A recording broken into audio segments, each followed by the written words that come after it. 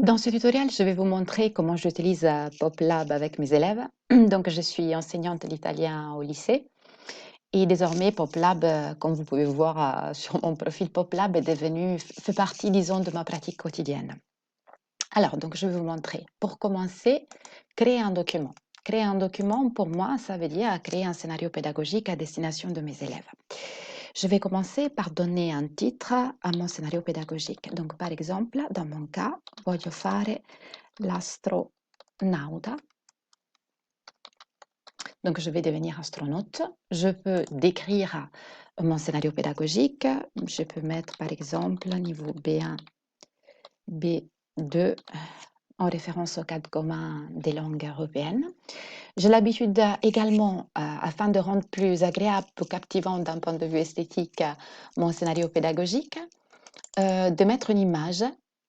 Donc, je l'ai au préalable téléchargée sur mon ordinateur. Donc, je la sélectionne, ouvrir, et elle apparaît donc comme image de fond. Voilà. Deuxième étape, ajouter une section. Donc, j'ai l'habitude de créer des sections pour que l'articulation, la structure de mon scénario soit plus claire pour mes élèves. Donc, la première section, je vais l'appeler Presentazione. Donc, présentation, et je peux mettre, par exemple, contenuti, contenu, objectif.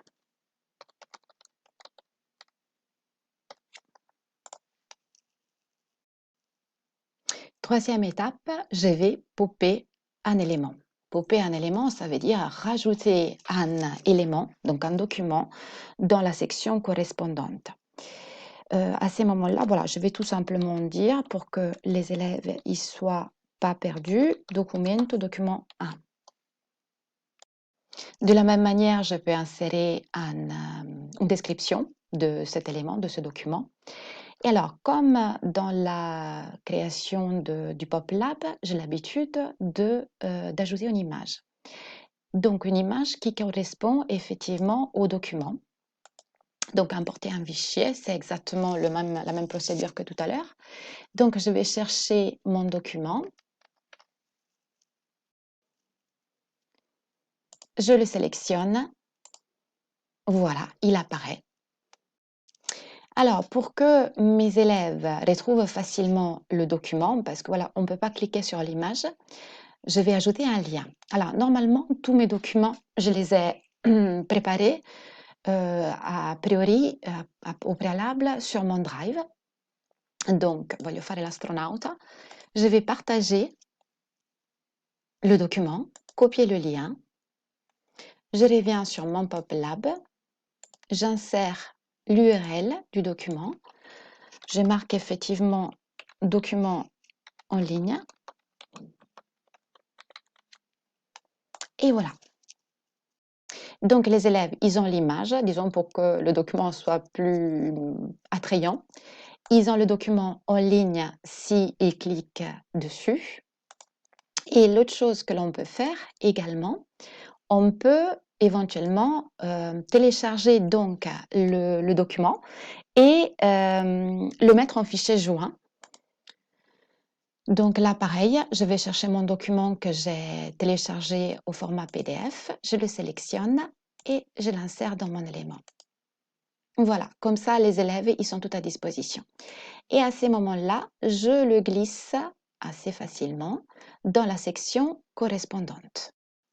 Je vais ensuite faire la même chose pour la suite de mon scénario. Donc, je vais ajouter une section. Je vais l'appeler par exemple compréhension document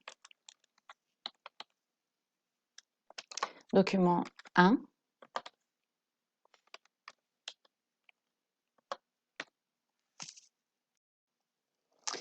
Je range à ces moments-là l'ordre de mes sections. Donc, je peux faire glisser la compréhension du document 1 après la présentation. Je répète ensuite les mêmes gestes. Popper un élément, lui donner un titre,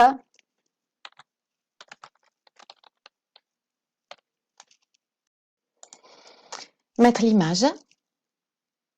Donc, mon image, elle est là. Voilà, je vais l'insérer. Je mets ensuite le lien correspondant, partager.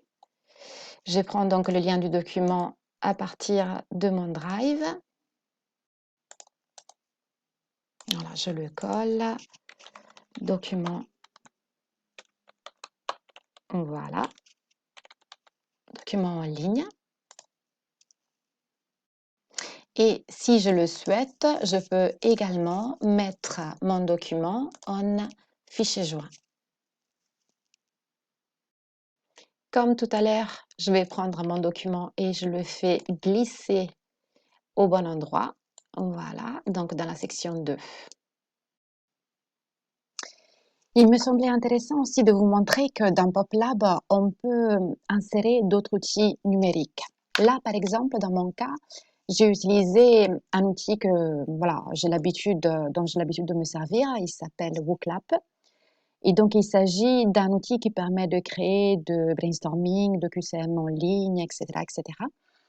Et donc, qu'est-ce que j'ai fait? J'ai effectivement suivi le même protocole. Donc, j'ai popé un élément, donné un titre, une description, mis une image et mis le lien, le document en ligne, donc le lien disponible. Du coup, si les élèves, effectivement, vont chercher le document en ligne, ils vont arriver sur WooClap directement.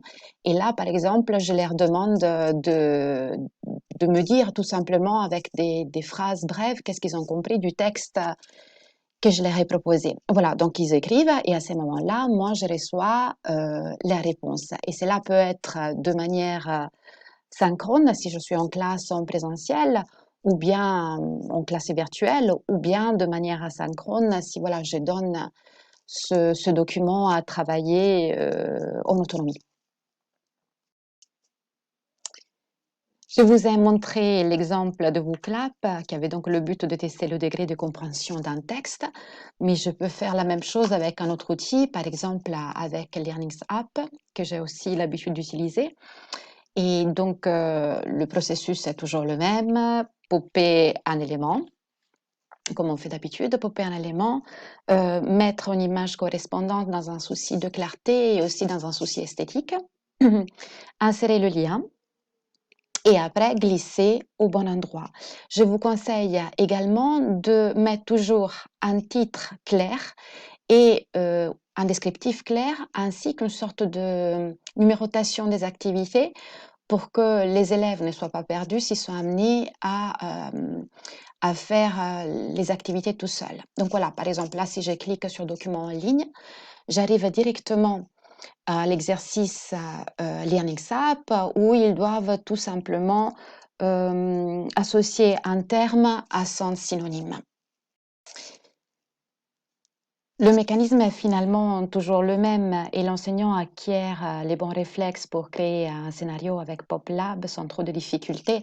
Là, j'aurais créé voilà, la troisième section, j'aurais remis l'article, les activités de compréhension inhérentes. Et les élèves s'habituent rapidement à travailler avec PopLab en présentiel avec l'enseignant ou à distance en autonomie. Parce que finalement, on crée un parcours d'apprentissage clair et structuré où enseignants et apprenants se repèrent facilement. Donc, à ce sujet, j'aurais juste voulu, pour conclure, vous montrer vraiment un scénario pédagogique complet, donc en avoir une vision d'ensemble. Là, j'ai donc un scénario pédagogique à destination de mes élèves de terminale LV3, l'idée de progrès, donc il s'agit de la femme dans la société italienne de hier et d'aujourd'hui. Comme vous pouvez le voir, donc il y a toujours une partie de présentation, une partie, disons, de brise-glace, entriamo in argomento, et après les différentes étapes de mon scénario pédagogique, par exemple l'histoire du féminisme, le fait qu'il y a encore beaucoup de choses à faire pour atteindre la parité de genre, qu'est-ce qu'il faut faire pour l'atteindre? Et donc ça, c'est la dernière partie où vous avez effectivement aussi le projet final et donc tout ce qui concerne l'évaluation.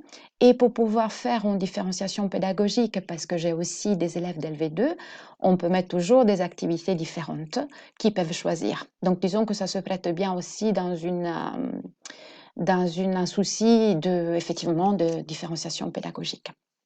Alors pour conclure, je voulais dire aussi que j'ai tendance à mettre mes documents, donc à les partager en public, et j'insère donc le lien de PopLab sur l'ONT pour que les élèves puissent le retrouver facilement.